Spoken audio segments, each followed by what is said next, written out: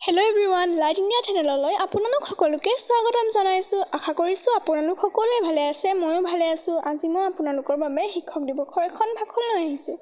বলক তেন্তে দেৰি নকৰাকৈ আজি ভিডিঅ'টোলৈ আগবাঢ়ো।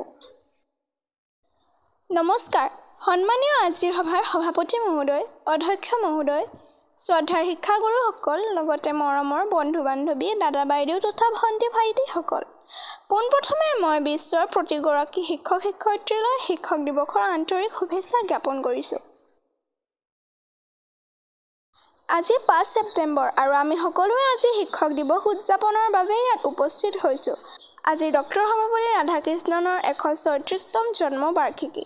তেওঁ স্বাধীন ভাৰতৰ প্ৰথমজন উপ-ৰাষ্ট্ৰপতি আছিল। তেওঁ এগৰাকী মহান শিক্ষাবিদ, দাৰ্শনিক আৰু ৰাজনীতিবিদ আছিল।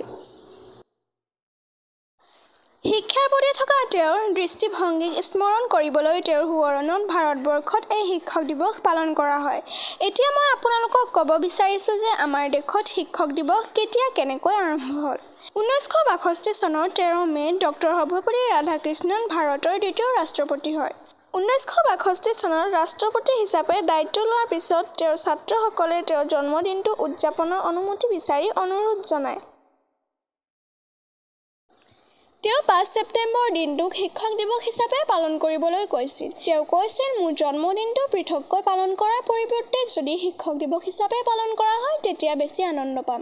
সেয়েহে বিশ্বজুৰি ৫ অক্টোবৰত পালন কৰা হ'লেও ভাৰতত ১৯৬২ চনৰ পৰা ৫ ছেপ্টেম্বৰৰ দিনটোত পালন কৰা হয় শিক্ষক দিৱস।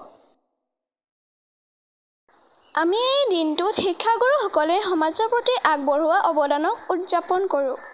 শিক্ষক হোৱাটো এটা সহজ কাম নহয়। সেয়ে আমি তেওঁলোকৰ পৰিশ্ৰম আৰু প্ৰচেষ্টাক সন্মান কৰিব লাগে। এজন শিক্ষকে আমাক ভাল নাগৰিক হোৱাত আৰু জীৱনত সফল হোৱাত সহায় কৰে। শিক্ষক অবিহনে শিক্ষা সম্ভৱ নহয়। মহান দাৰ্শনিক শিক্ষাবিদ ডক্টৰ সৰ্বপল্লী ৰাধাকৃষ্ণন দেৱক জন্ম দিৱসত শ্ৰদ্ধাৰে সোঁৱৰিছোঁ। জ্ঞানৰ পোহৰ বিলাই দেশ আৰু সমাজৰ প্ৰতি দায়িত্বশীল ভূমিকা পালন কৰা শিক্ষাগুৰুসকললৈ মোৰ গভীৰ শ্ৰদ্ধা ভক্তি নিবেদন কৰিলোঁ।